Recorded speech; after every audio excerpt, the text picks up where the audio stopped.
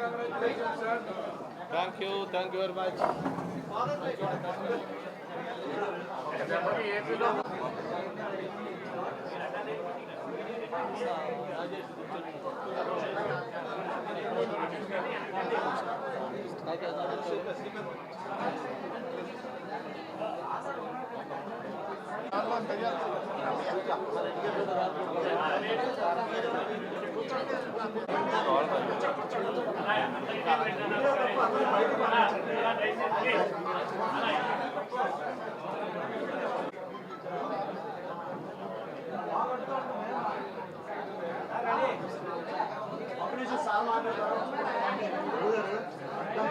రెడీయా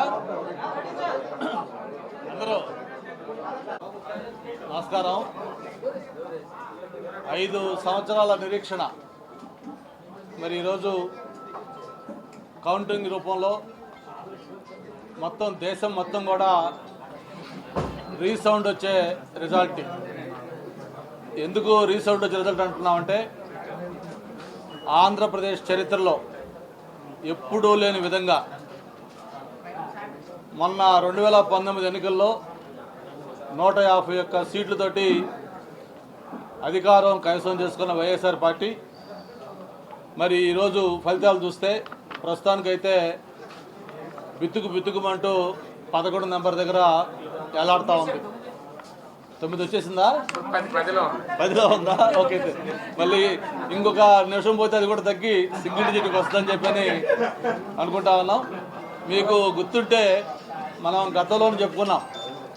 మీరు అడిగారు అప్పుడు ఆ రోజు జగన్మోహన్ రెడ్డి వైనాట్ 175 అంటున్నాడంటే ఆ రోజు చెప్పాను నేను. అవును, కరెక్ట్గా వైనాట్ 175 అంది కరెక్టేను.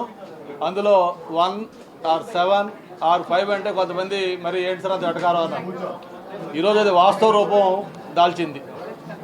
ఈరోజు కూటమి సృష్టించిన సునామీలో వైసీపీ పార్టీ పూర్తిగా తుడిచిపెట్టుకోలిపోయింది, మామూలుగా కాదు. ఈరోజు తెలుగుదేశం పార్టీ సైకిల్కి పవర్ స్టార్ పవన్ కళ్యాణ్ గారు ఒక పవర్ ఇంజిన్ దానికి బిగించారు. మరి ఆ పవర్ స్టార్ ఇంజిన్ తోటి బీజేపీ ఆశీస్సులతోటి మరి తెలుగుదేశం పార్టీ కూటమి మొత్తం సృష్టించిన సునామీ ఒక చరిత్ర. ఇది చరిత్రలో కని విని ఎరుగని రిజల్ట్స్ ఇవి. దాదాపు కొన్ని జిల్లాలు మనం శ్రీకాకుళం మొదలు పెడితే శ్రీకాకుళం, విజయనగరం, గోదావరి జిల్లాలు ఇట్లా జిల్లాలు లెక్కేసుకుంటే దాదాపు 9-10 పాత ఉమ్మడి జిల్లాల్లో వైఎస్ఆర్ పార్టీ ఖాతా తెరవలేదు. అంటే ఆ రోజు వాళ్ళు 4 జిల్లాల్లో తెలుగుదేశం పార్టీకి 0 సీట్లు వస్తే దాన్ని పెద్ద దీనిగా చెప్పుకున్నారు. మరి దాన్ని చక్రవడ్డీతో సహా, మామూలుగా వడ్డీ కాదు ఇది. ఎందుకంటే మామూలుగా 4 జిల్లాలు ఆ రోజు మనకి తెలుగుదేశం పార్టీ 0 సీట్లు అయితే ఈరోజు దానికి డబల్ కంటే ఎక్కువ జిల్లాల్లో వైఎస్ఆర్ పార్టీకి ఖాతా తెరవకుండా మొత్తం ఈరోజు రిజల్ట్స్ తీసుకోవడం జరిగింది. అంతేకాదు పవన్ కళ్యాణ్ గారు 21 స్థానాల్లో పోటీ చేస్తే 21 ఎమ్మెల్యే స్థానాలు, 2 ఎంపీ స్థానాల్లో పోటీ చేస్తే 2 ఎంపీ స్థానాలు, అంటే 100% స్ట్రైకింగ్ రేట్. ఇది ఒక హిస్టరీ. ఆయన్ని పవన్ కళ్యాణ్ గారిని జగన్మోహన్ రెడ్డి గారు అయితే ఆయన నోటికి అడ్డోదుపు లేకుండా ఆయన్ని విమర్శించడం జరిగింది. మరి వాటిలన్నిటి కూడా ఈరోజు ప్రజలు జవాబు చెప్పారు. ఆయన పోటీ చేసిన 21 అసెంబ్లీ స్థానాల్లో కానీ 2 ఎంపీ స్థానాల్లో కానీ మొత్తం భారీ మెజార్టీతో అభ్యర్థులందరినీ కూడా గెలిపించారు. అలాగే భారతీయ జనతా పార్టీ కూడా దాదాపు 8 సీట్లలో వాళ్ళు కూడా ఇప్పటికే గెలవడం జరిగింది. ఇక తెలుగుదేశం పార్టీ అయితే 144 సీట్లు పోటీ చేస్తే హైయెస్ట్ పర్సంటేజ్. గతంలో ఏ పార్టీకి ఏ ఎలక్షన్లో రానంత పర్సంటేజ్ మొత్తం కూటమి లెక్కేసుకుంటే దాదాపు 56% ఓట్లతోటి. ఇదొక హిస్టరీ. ఏపీ ఎలక్షన్స్లో ఎన్టీ రామారావు పార్టీ పెట్టినప్పుడు కూడా ఆ ప్రభంజనం లేదు, దాన్ని మించిన ప్రభంజనం. ఒక్కసారి మన విశాఖ జిల్లా కూడా తీసుకుంటే ఒక ఏజెన్సీలో తప్పిస్తే మొత్తం విశాఖపట్నం పార్లమెంటు కావచ్చు, అనకాపల్లి పార్లమెంటు కావచ్చు, ఎంపీలు కావచ్చు, ఎమ్మెల్యేలు కావచ్చు, మొత్తం క్లీన్ స్వీప్. నేను నిన్న కనకమహాలక్ష్మి అమ్మవారి గుడికి వెళ్ళినప్పుడు అక్కడ అమ్మవారిని దర్శించుకొని బయటకు వచ్చినప్పుడు మీడియాతో మాట్లాడితే ఏంటి అంటే చెప్పాను నేను, ప్రజల్లో ఒక కసి కనిపిస్తూ ఉంది. ఎప్పుడెప్పుడు ఎన్నికలు వస్తాయా, ఎప్పుడెప్పుడు ఓట్లేసి ఈ వైఎస్ఆర్ పార్టీకి చరమగీతం పాడాలి, ఈ రాష్ట్రం నుంచి పూర్తిగా భూస్థాపితం చేయాలనే కసి, కోపం, ఆవేదన ప్రజల్లో కనిపిస్తుంది. మరి ఖచ్చితంగా రిఫ్లెక్షన్ రేపు రిజల్ట్స్లో వస్తుందని చెప్పి నేను చెప్పడం జరిగింది. చూస్తే దాన్ని కూడా కొంతమంది కావాలని కన్ఫ్యూజ్ చేశారు. ఏదో 2-3 సంస్థలు ఆ పేర్లు పెట్టి వాళ్ళు ఏదో వైఎస్ఆర్ పార్టీ రూలింగ్లోకి వస్తుందని చెప్పి కొంత కన్ఫ్యూజన్ క్రియేట్ చేయడానికి ట్రై చేశారు. అయితే నేను ఒకటే ఆ రోజు చెప్పాను, 25 సంవత్సరాలు రాజకీయ జీవితం కంప్లీట్ చేసుకున్నాను. ఇది నాకు 6వ ఎన్నిక, డబుల్ హ్యాట్రిక్ ఈ రోజుతోటి. అంటే 6 ఎన్నికలు వరుసగా గెలుస్తున్న వ్యక్తిగా, ప్రజల్లో నుంచి గెలుస్తున్న వ్యక్తిగా నేను ప్రజల మూడు చూసిన తర్వాత నాకు ఆ రోజు స్పష్టంగా అర్థమైంది.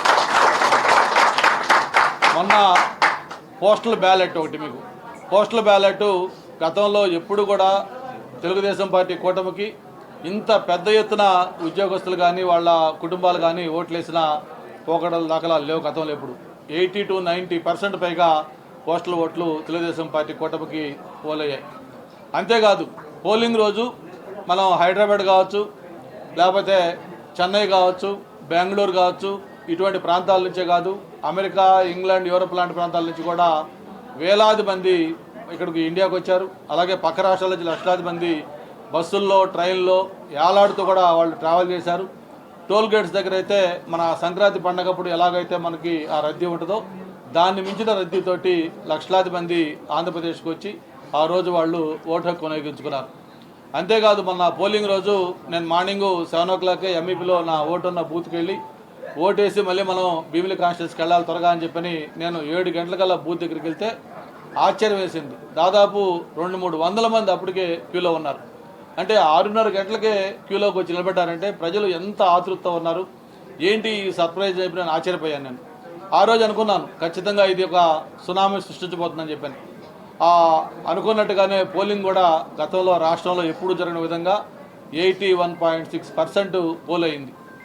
మరి మా కాన్స్టిట్యూన్సీలో కూడా కొన్ని చోట్ల రాత్రి 12:30, 1 గంట, 2 గంటలు కూడా ఇది కౌంటింగ్ టైం అయిపోయిన తర్వాత కూడా మా ఆర్ఓలు లేకపోతే ప్రెసిడెంట్ ఆఫీసర్లు పర్మిషన్స్ తోటి అప్పటికే లోపల ఉన్నంత ఓట్లు వేయించాలంటే ఆ టైం దాకా పట్టింది. అప్పుడు దాకా అంతా చూసిన తర్వాత మరి ఈరోజు రిజల్ట్స్ దానికి రిఫ్లెక్ట్ ఇచ్చింది. మనకి ఇప్పటికే మెజార్టీ దాదాపు 80,000 ఇప్పుడు కందిన రౌండ్ల ప్రకారం ఇంకా ఒక 4-5 రౌండ్స్ ఉన్నాయి. అది ఎంత అవుతుందనేది ఇంకా మనం చూసుకోవాలి. అరౌండ్ 95-1 lakh దాకా వెళ్తుందనుకుంటాం. భీమిలీలో ఇది ఒక హిస్టరీ. ఇప్పుడు దాకా భీమిలీ కాన్స్టిట్యున్సీ ఏర్పడిన తర్వాత ఎప్పుడూ రాని ఒక చరిత్ర ఎరగని ఘన విజయం ఇది. అటువంటి ఘన విజయం అందించిన భీమిలీ ప్రజలకి శిరస్సు వంచి ధన్యవాదాలు తెలియజేస్తున్నాను. 14 ఎన్నికల్లో పోటీ చేసినప్పుడు 37,500 ఓట్లు, ఆ రోజు అదొక రికార్డు మెజార్టీ. మరి ఆ రికార్డు కంటే ఎక్కువ మెజార్టీ మళ్ళీ సునామీలో మనకు రావడం జరిగింది. అంతేకాదు పార్లమెంట్లో అన్ని స్థానాల్లో కూడా ఎక్కడ కూడా మెజార్టీ చూసుకున్న వేలు 50,000, 60,000, 70,000, 1,00,000 ఈ మెజార్టీలు ఇవి ఎప్పుడు గతంలో చూడాల. అటువంటి మెజార్టీలతోటి గెలిపించిన ఈ ప్రజల రుణం తప్పకుండా తీర్చుకోవాల్సిన బాధ్యత మా పైన ఉంది. ఈసారి మొట్టమొదటిసారిగా అసెంబ్లీలోకి మన పవర్ స్టార్ పవన్ కళ్యాణ్ గారు అడుగు పెడుతున్నారు 21 మంది ఎమ్మెల్యేలతోటి. అలాగే కొత్తగా ఈ ఏర్పడే ఈ అసెంబ్లీకి సంబంధించి కొన్ని ప్రత్యేకతలు ఉన్నాయి. మొన్న ఏదైతే 2019-24 అసెంబ్లీ సమావేశాల్లో ఒక పొలిటికల్ లెజెండ్, ఆయన 3 సార్లు ఇప్పటికే ముఖ్యమంత్రిగా చేసిన వ్యక్తి, 3 సార్లు ప్రతిపక్ష నాయకుడు, దేశ రాజకీయాల్లోనే ఒక కీలక పాత్ర పోషించిన వ్యక్తి, అంత సీనియర్ మోస్ట్ రాజకీయ నాయకుడు, జగన్మోహన్ రెడ్డి గారి నాన్నకి సమకాలికుడు, ఆయనతో పాటు రాజకీయాలు చేసిన వ్యక్తి, అటువంటి చంద్రబాబు నాయుడు గారిని అసెంబ్లీలో అవమానించిన తీరు ఎవ్వరు కూడా మర్చిపోలే ప్రజలు. ఆ రోజు పెద్ద ఆయన చంద్రబాబు నాయుడు గారు అసెంబ్లీ సాక్షిగా ఆ రోజు ఆయన ఒక శపథం చేశారు. ఇటువంటి కౌరవ సభలో మళ్ళీ నేను ముఖ్యమంత్రిగా అడుగు పెడతాను అని చెప్పినట్టు డంకా బజాయించి మళ్ళీ రేపు ముఖ్యమంత్రిగా ఆంధ్రప్రదేశ్ అసెంబ్లీలో చంద్రబాబు నాయుడు గారు మళ్ళీ అడుగు పెట్టబోతున్నాడు. అలాగే ఈరోజు ఏదైతే ఒక సింగిల్ డిజిట్కి పరిమితం అయిపోయినా వైఎస్ఆర్ పార్టీ భవిష్యత్తు ఏంటనేది కూడా మనం ఒక్కసారి ఆలోచించుకోవాల్సిన అవసరం ఉంది. జగన్మోహన్ రెడ్డి గారు కూడా ఆయన మెజార్టీ దారుణంగా పడిపోయి, గతంలో 1,00,000 మెజార్టీలు ఉంటే ఈరోజు అది సగానికి తక్కువ, ఇంకా మెజార్టీకి పడిపోయింది. అలాగే అలాగే ఆయన క్యాబినెట్లో ఉన్న మంత్రులు అందరూ కూడా దాదాపు మొత్తం అందరూ మంత్రులు కూడా ఆల్మోస్ట్ ఆల్ ఒక పెద్దిరెడ్డి ఇందాకేదో ఒక రౌండ్ మెజార్టీలో రౌండ్ బ్యాక్ ఎట్లా అంటా ఉన్నారు. ఆయన ఇంకా రిజల్ట్ ఫైనల్ కావాలి. ఆయన తప్ప ఆల్మోస్ట్ ఆల్ అందరూ మంత్రులు కూడా క్లీన్ బౌల్డ్, అంటే ఇంక్లూడింగ్ మన ఉత్తరాంధ్ర పెద్ద అని చెప్పుకుంటారు బొత్స సత్యనారాయణ గారు సహా మొత్తం అందరూ కూడా టోటల్ క్లీన్ బౌల్డ్ మంత్రులందరూ కూడా ఇదయ్యారు. మామూలుగా గతంలో తెలంగాణలో టీఆర్ఎస్ పార్టీ ఎన్నికల్లో ఓడిపోయిన తర్వాత ఆ పార్టీ మొత్తం షేక్ అవుతూ ప్రకంపనలు దాంట్లో కొట్టుకుపోతూ ఉంది. మరి ఖచ్చితంగా దానికి 4-5 నెలలు పట్టింది అది కొంచెం మొత్తం పూర్తిగా తిగమపట్టడానికి. కానీ ఇక్కడ వైఎస్ఆర్ పార్టీకి రేపు కౌంటింగ్ అయిపోయిన ఈ రోజుతో కౌంటింగ్ అయిపోతుంది. కరెక్ట్గా 100 గంటలు అంటే 4-5 రోజుల్లో వైఎస్ఆర్ పార్టీ చరిత్ర సమాప్తం కాబోతా ఉంది. అంటే జగన్మోహన్ రెడ్డి గారు తప్ప మళ్ళీ మిగతా గెలిచిన ఒకరిద్దరు ఎమ్మెల్యేలు ఎవరైనా ఉన్నా కూడా వాళ్ళు కూడా అసెంబ్లీకి వచ్చి వాళ్ళు కూర్చునే పరిస్థితి కాదు. వాళ్ళకి తెలుసు అవి కూడా ఏదో డిఫాల్ట్ గెలిచారు తప్ప ఈ సునామీలో ఎవరు కూడా గెలిచే అవకాశం లేదని అందరూ కూడా నమ్ముతా ఉన్నారు. జగన్మోహన్ రెడ్డి గారు ఎలాగూ మామూలుగా ఆయనకు 66-67 ఎమ్మెల్యేలు ఉన్నప్పుడే ఏదో కారణం చెప్పి అసెంబ్లీ ఎగ్గొట్టేవాడు. మరి ఇప్పుడు ఈరోజు ఈ 9-10 ఎమ్మెల్యేలతోటి ఆయన వచ్చి ఈ అసెంబ్లీలో కూర్చుంటాడని చెప్పి ఎవరు అనుకోవట్లా. ఆయన గౌరవప్రదంగా ఉండుంటే, ఒక ముఖ్యమంత్రిగా ఆయన కానీ హుందాగా ఉండుంటే ఈరోజు ఇలాంటి అవమానకరమైన రిజల్ట్ వచ్చిండేది కాదు. అది అంత దారుణమైన పరాజయం ఈరోజు ఆయన మూట కట్టుకున్నా అంటే ముఖ్యంగా జగన్మోహన్ రెడ్డి గారి ప్రవర్తన, ఏదైతే ప్రజలకు ఇచ్చిన హామీలు అమలు చేయటంలో విఫలం చెందటం, అంతేకాకుండా ముఖ్యంగా ఆయన యొక్క వ్యక్తిత్వం, ఆయన యాటిట్యూడ్ అంతా కూడా ఈ 5 ఏళ్ళు ఎలా ఉందో ప్రజలు గమనించారు. ఘన విజయం చేపట్టిన ప్రజలకి ముఖం చూపించడానికి ఆయన ఇబ్బంది పడుతూ పరదాల చాట్లో ఆయన పర్యటనలు చేసేవాడు. తాడేపల్లి నుంచి ఎయిర్పోర్ట్ దాకా పోవాలంటే హెలికాప్టర్ తప్ప మామూలుగా రోడ్డు మార్గంలో రావట్లేదు. విశాఖపట్నం ఎయిర్పోర్ట్లో దిగి ఆయన ఏదైనా ఒక 10 కిలోమీటర్లు ట్రావెల్ చేయాలంటే ఆ ప్రయాణం మొదలుపెట్టే దగ్గర నుంచి మళ్ళీ తిరిగి విమానాశ్రయంకి వచ్చేదాకా కూడా ఆయన పైన ఆకాశంలో ప్రయాణిస్తున్నా సరే భూమి మీద మళ్ళీ ట్రాఫిక్ అంతా ఆపేసేవాళ్ళు, ఆ రోడ్లో షాపులు బంద్ చేసేవాళ్ళు. ఒక అరాచకమైన వ్యవస్థతోటి మొత్తం ఈ రాష్ట్రంలో పరిపాలన సాగింది. మరి మాట్లాడితే సంక్షేమం అంటూ అభివృద్ధిని పూర్తిగా మర్చిపోయారు. ఒక పక్క రాష్ట్రంలో వెనుకబడిన ఈ రోడ్లు కానీ ఎక్కడ అభివృద్ధి లేకపోవడం కానీ ప్రజలు ఎన్ని కూడా ఎప్పటికప్పుడు గమనిస్తూ ఉన్నారు. మద్యం పాలసీ కావచ్చు, లేటెస్ట్గా తీసుకొచ్చిన ల్యాండ్ టైటిలింగ్ యాక్ట్ కావచ్చు, ఇట్లా ఎన్నెన్నో దానికి కారణాలు ఉన్నాయి. ఈరోజు వైఎస్ఆర్ పార్టీ ఇంత ఘోర పరాజయం పొందడానికి దీనికి టోటల్ కర్త కర్మ క్రియ వైఎస్ఆర్ పార్టీ ఇంత ఘోర పరాజయానికి పూర్తి కారణం జగన్మోహన్ రెడ్డి గారే. దీనికి ఎవరు కూడా బాధ్యులు కాదు, మొత్తం సర్వం ఆయనే. ఈరోజు సర్వం బాధ్యత కూడా తందే అని చెప్పి కూడా తెలియజేసుకుంటూ మరి తను చేసిన పాపాలకి తను చేసిన పనులకి ఈరోజు ఆ ఫలితం రిజల్ట్స్ రూపంలో వచ్చింది. మరి ఇప్పుడు జగన్మోహన్ రెడ్డి గారు ముందున్న కర్తవ్యం ఏంటని కూడా ఈరోజు రాష్ట్ర ప్రజలకి అర్థం కావట్లేదు. ఏంటి ఆయన రాజకీయాలకి స్వస్తి చెప్తాడా, లేకపోతే రాజకీయాలకి ఆయన బదులు ఎవరైనా వేరే వాళ్ళని పార్టీ నడపని చెప్పి బాధ్యత అప్పచెప్తాడా, లేదు ఓడిపోయిన మంత్రుల్ని ఎమ్మెల్యేలని ఎంపీలని పరామర్శించడానికి మళ్ళీ ఓదార్పు యాత్ర చేపడతాడా, ఏం చేస్తాడనేది రకరకాల ఆప్షన్స్ జగన్మోహన్ రెడ్డి గారి ముందు ఈరోజు ఉన్నాయి. మరి ఇవన్నీ కూడా తొందరలో మనకి స్పష్టత రాబోతూ ఉంది. ఏది ఏమైనా ఇంత ఘన విజయం అందించిన తెలుగు ప్రజలకి ఎప్పుడు కూడా మనం రుణపడి ఉండాలి. మరి చంద్రబాబు నాయుడు గారి తరఫున, అలాగే జనసేన పార్టీ తరఫున, బీజేపీ పార్టీ తరఫున, కూటమి తరఫున ఇంతటి ఘన విజయం అందించిన రాష్ట్ర ప్రజలందరికీ కూడా మనస్ఫూర్తిగా ధన్యవాదాలు, అభినందనలు తెలియజేసుకుంటూ మరి మొన్న ప్రజలకి చెప్పాము సూపర్ 6 పేరుతోటి ఉమ్మడి మేనిఫెస్టో బాబు గారు కళ్యాణ్ గారు సంతకాలు బట్టి గ్యారంటీ ఇచ్చారు. అవన్నీ కూడా 100% మేనిఫెస్టో అమలు చేసి ప్రజలకు ఇచ్చిన హామీలను కూడా నెరవేర్చి ప్రజల ఆశీస్సులు మళ్ళీ మేము కోరుకుంటామని చెప్పి కూడా తెలియజేసుకుంటూ, ప్రత్యేకించి నాకు ఈ 25వ సంవత్సరం రాజకీయంగా ఇది 6వ ఎన్నికలో ఇటువంటి ఘన విజయం గతంలో నాకు ఎప్పుడూ రాని భారీ మెజార్టీ ఇచ్చి మరి ఇంత ఘన విజయం అందించిన భీమిలికి ప్రజలకి, భీమిలి నాయకులకి, ప్రత్యేకించి మా నాయకులు రాష్ట్ర నాతో పాటు కష్టపడి పనిచేశారు. అలాగే జనసేన నాయకులకి, బీజేపీ నాయకులకి, పార్టీ పెద్దలకి కార్యకర్తలకి ప్రతి ఒక్కరికి కూడా పేరు పేరున నమస్కారాలు శిరసోచి ధన్యవాదాలు తెలియజేసుకుంటూ జీవితంలో ఎప్పుడు కూడా భీమిలి ప్రజలు ఇచ్చిన తీర్పుని మర్చిపోను.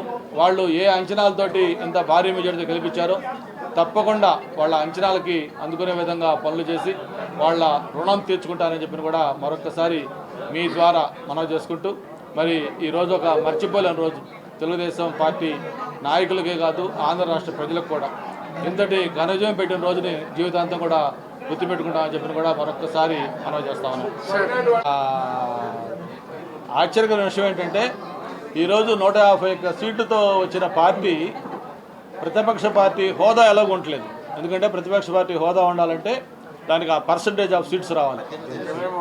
అవి రాలేదు. అవి రాకపోగా వైసీపీ కంటే మా మిత్రపక్షంగా ఉన్న జనసేన పార్టీకి ఎక్కువ సీట్లు వస్తూ ఉన్నాయి. ఈరోజు ఆ ప్రతిపక్ష పార్టీ పాత్ర కూడా మళ్ళీ జనసేన పార్టీ పోషించాలి. కాబట్టి జగన్మోహన్ రెడ్డి గారు ఏ విధంగా చూసుకున్నా కూడా అసెంబ్లీలోకి అడుగుపెట్టి ఆయన ఉంటాడని ఎవరు కూడా అనుకోవట్లేదు. ఇది నిజమైన ఒక ఘోరమైన అవమానకరమైన ఫలితాలు ఇచ్చింది. ఎవరు కూడా ఊహించలేదు.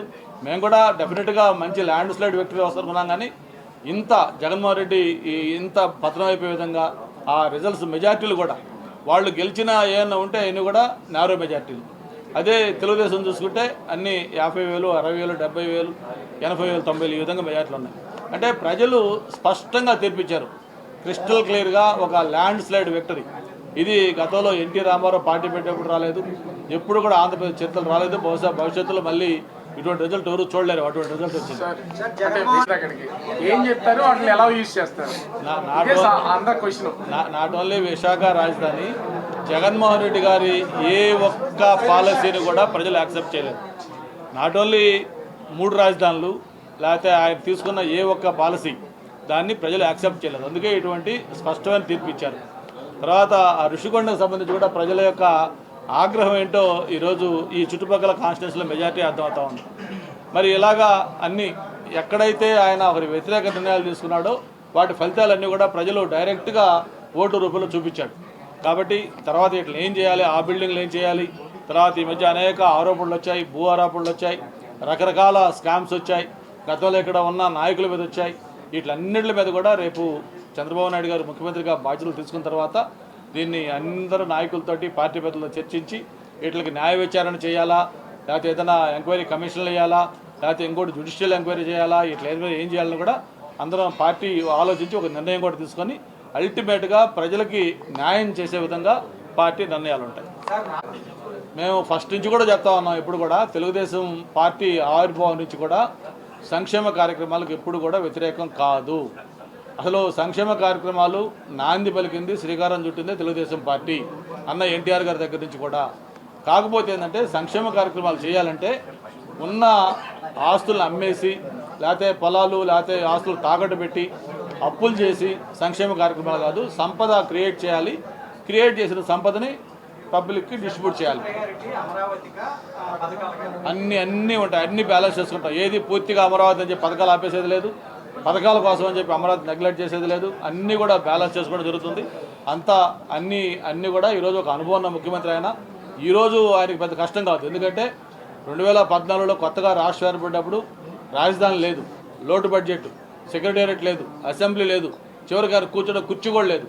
ఆ రోజు ఆయన ముఖ్యమంత్రిగా బాధ్యతలు చేపడితే 5 సంవత్సరాల్లో అన్ని రంగాల్లో ఆంధ్రప్రదేశ్ నెంబర్ 1 స్టేట్గా చేశాడు.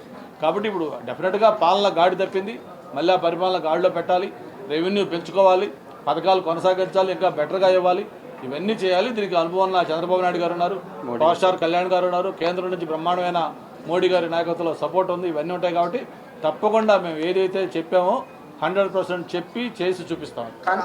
ఖచ్చితంగా అవన్నీ ఆలోచించుకునే మనం మీకు మేనిఫెస్టో పెట్టడం జరిగింది. ఆ మేనిఫెస్టో పెట్టినప్పుడు మాకు ఉన్న అప్పు తెలుసు, కమిట్మెంట్ తెలుసు, అవన్నీ చేయాలంటే ఏం చేయాలో తెలుసు, అవన్నీ ఆలోచించుకొని చెప్పడం జరిగింది. అవన్నీ కూడా మీరే చూడబోతా ఉన్నారు. ఏ ఒక్క చెప్పిన సంక్షేమ కార్యక్రమాన్ని కూడా వదిలిపెట్టేది, అన్ని సంక్షేమ కార్యక్రమాలు చేస్తాం. అట్ ద సేమ్ టైం మళ్ళీ డెవలప్మెంట్ యాక్టివిటీస్ కూడా జోరు అందుకుంటాయి. ఖచ్చితంగా బిగ్ వేలో డెవలప్మెంట్ యాక్టివిటీస్ చేస్తాం. Okay,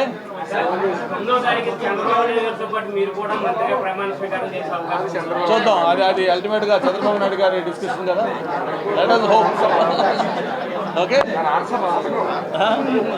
congratulations sir. Thank you.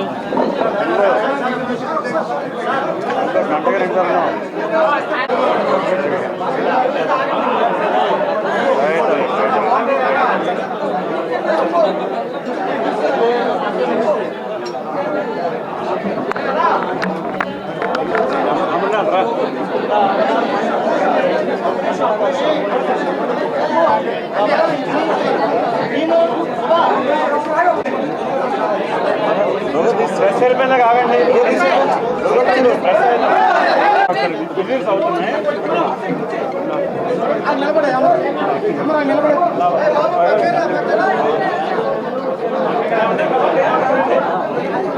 అక్కడ ఆగమని చెప్పి ఒకసారి ప్రెస్ అయిపోయిందా బయట తీసుకుంటున్నారు.